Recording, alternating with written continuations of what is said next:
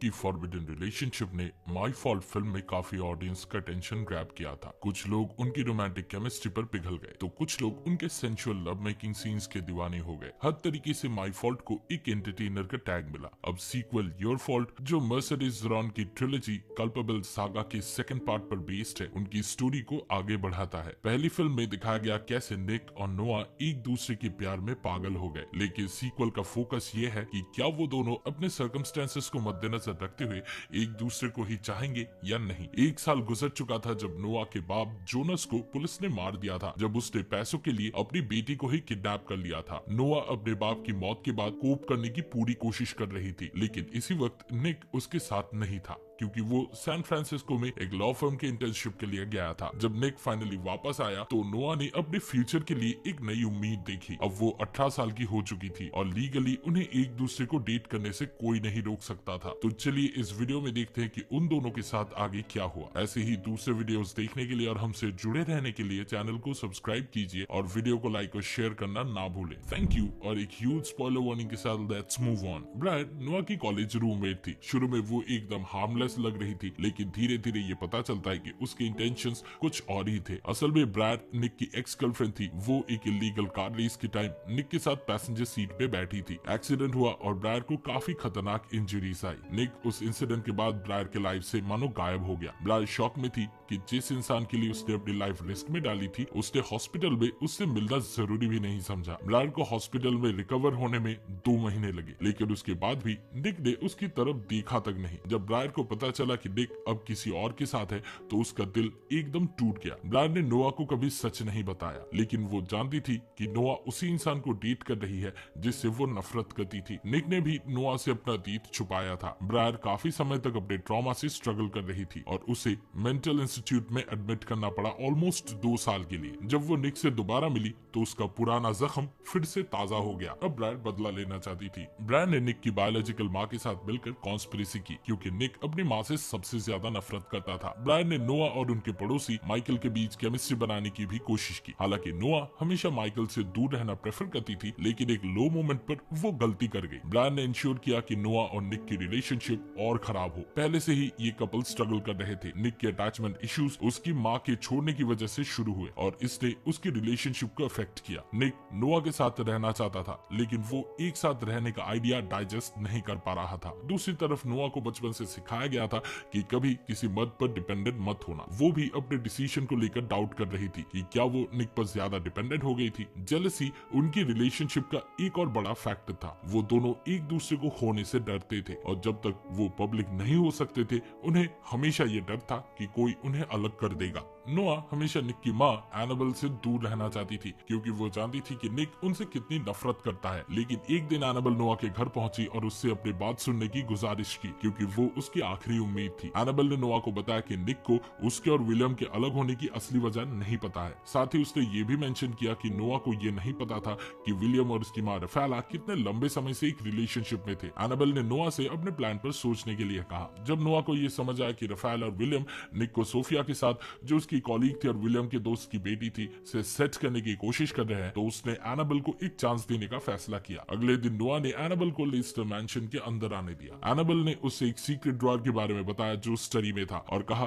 कि वहां निक के कस्टडी लॉसूट के डॉक्यूमेंट्स छुपाए गए हैं। जब नोआ ने वो डॉक्यूमेंट्स देखे तो उसे पता चला कि एनाबेल सच बोल रही थी। लेस्टर परिवार ने एनाबेल को ब्लैकमेल किया था उस लॉसूट को विथड्रॉ करने के लिए। निक के दादाजी एंड्रयू हमेशा चाहते थे कि निक उनका वारिस बने, इसी वजह से उन्होंने एनाबेल को निक को ले जाने नहीं दिया। एनाबेल ने एंड्रयू के अगेंस्ट लॉसूट फाइल की थी, लेकिन जब एंड्रयू को पता चला कि एनाबेल ने विलियम के साथ चीट किया है तो उन्होंने उसे ब्लैकमेल किया। तब एनाबेल को नहीं पता था कि विलियम सीक्रेटली रफेला के साथ डेट कर रहा था। एनाबेल के पास एंड्रयू की शर्तें मानने के अलावा कोई और ऑप्शन नहीं था। अब वो चाहती थी कि निक को पूरा सच पता चले। नोआ ये जानकर शॉक थी कि जब उसका अब्यूजिव फादर उसके साथ बुरा सलूक कर रहा था, उसकी माँ रफेला विलियम के साथ अपना टाइम एक लग्जूरियस होटल में बिता रही थी। नोआ ने रफाएला को कन्फ्रंट किया, लेकिन उसने अपनी माँ को उसके ट्रॉमेटिक चाइल्डहुड के लिए ब्लेम नहीं किया। जैसे उसने खुद पे रिस्ट्रेन दिखाया और रफाएला को हर्ट नहीं किया, उसने अपनी माँ से भी वही एक्सपेक्ट किया। नोआ के लिए ये और भी जरूरी हो गया था कि वो अपने दिल की सुनते हुए निक के साथ अपना प्यार निभाए, क्योंकि उसकी माँ ने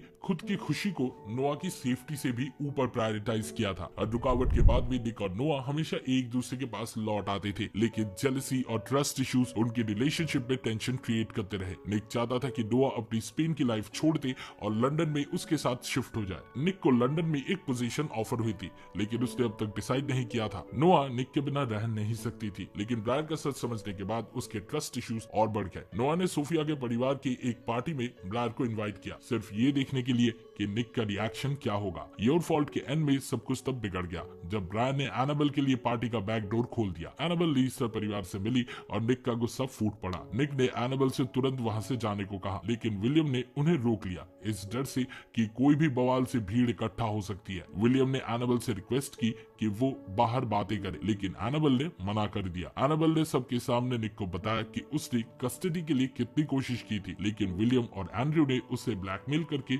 उसका केस विथड्रॉ करवा लिया। उसने ये भी बताया कि विलियम ने रफाएला के साथ रिलेशनशिप उनसे छुपाया था और उन्होंने उसे निक की आंखों में विलन बनाने की भी कोशिश की थी। एनाबेल सोचती थी कि निक उसका साथ देगा, पर निक को कोई फर्क ही नहीं पड़ा। जो भी सच उसके सामने आया, उन्होंने उसे सिर्फ दुख और तकलीफ ही दी थी। जब विलियम ने एनाबेल से पूछा कि वो क्या चाहती है, तो एनाबेल ने एक पैटर्निटी टेस्ट का रिजल्ट दिखाया और कहा कि उसकी बेटी बैगी विलियम की ही बेटी है। उसने बताया कि बैगी बहामास की ट्रिप के दौरान कंसीव हुई थी, जब उनका डिवोर्स नहीं हुआ था। एनाबेल के दूसरे हस्बैंड ने पैटर्निटी टेस्ट करवाया, तब जाके एनाबेल को पता चला कि वो मैगी का बायोलॉजिकल फादर नहीं है। विलियम ये सुन के शॉक था और उसने पूछा कि एनाबेल को उसका डीएनए कैसे मिला। तब एनाबेल ने कन्फेस किया कि वो विलियम के घर गई थी और उसका टूथब्रश चुरा के टेस्ट करवाया था। ये सुनकर नोआ के पास और कोई ऑप्शन नहीं था, उसने सब कुछ कन्फेस कर लिया। उसने बताया कि जब एनाबेल ने कहा कि उसे निक के कस्टडी के केस को छोड़ने के लिए ब्लैकमेल किया गया था, तो नोआ को लगा कि ये बात निक को पता चलनी चाहिए। नोआ को लगा था कि ये सच निक के अबांडनमेंट इश्यूज को हील करने में मदद करेगा, पर निक काफी अलग सोचता था। सच जानकर उसे शांति नहीं मिला, बल्कि उसका भरोसा और टूट गया। उसके लिए अब उसका दादा एक मैनिपुलेटिव मॉन्स्टर बन गया था और उसका बाप एक दिलफेक इंसान। निक को और भी लगने लगा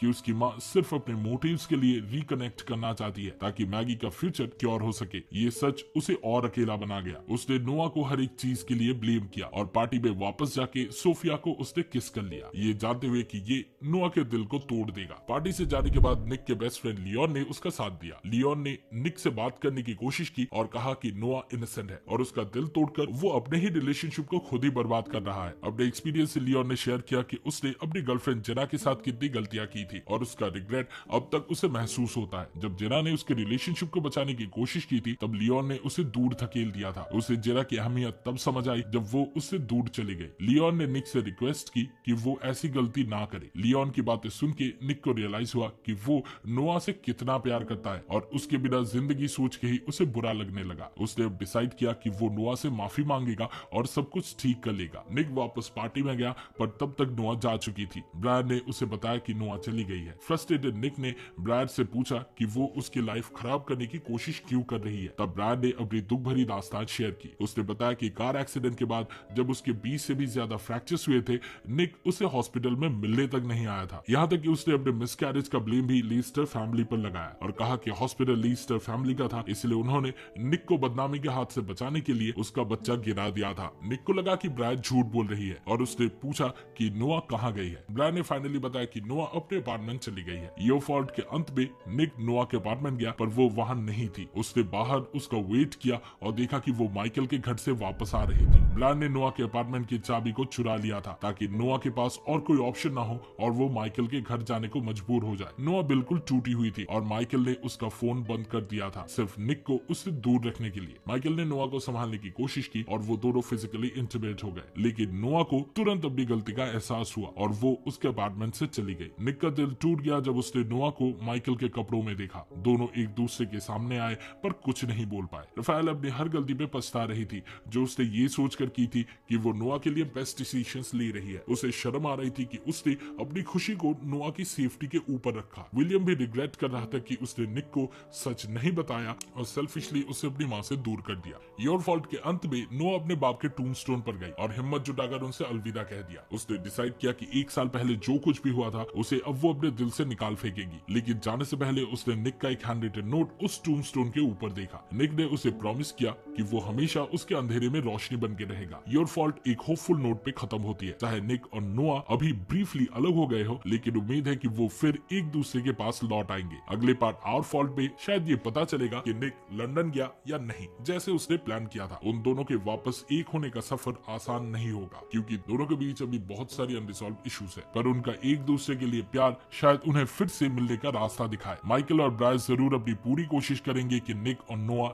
एक ना हो सके, और कैसे निक और नोआ उन चैलेंजेस को फेस करेंगे ये देखने के लिए हमें अगले पार्ट का इंतजार करना पड़ेगा। हे इस वीडियो को देखने के लिए शुक्रिया। योर फॉल्ट माय फॉल्ट का सीक्वल देखने का आपके एक्सपीरियंस के बारे में कमेंट सेक्शन में जरूर शेयर करें। सिनेमा सीरीज के वीकली डोज के लिए लाइक बटन दबाकर हमारे चैनल को सब्सक्राइब करें। अगले वीडियो में मिलता है और फिलहाल के लिए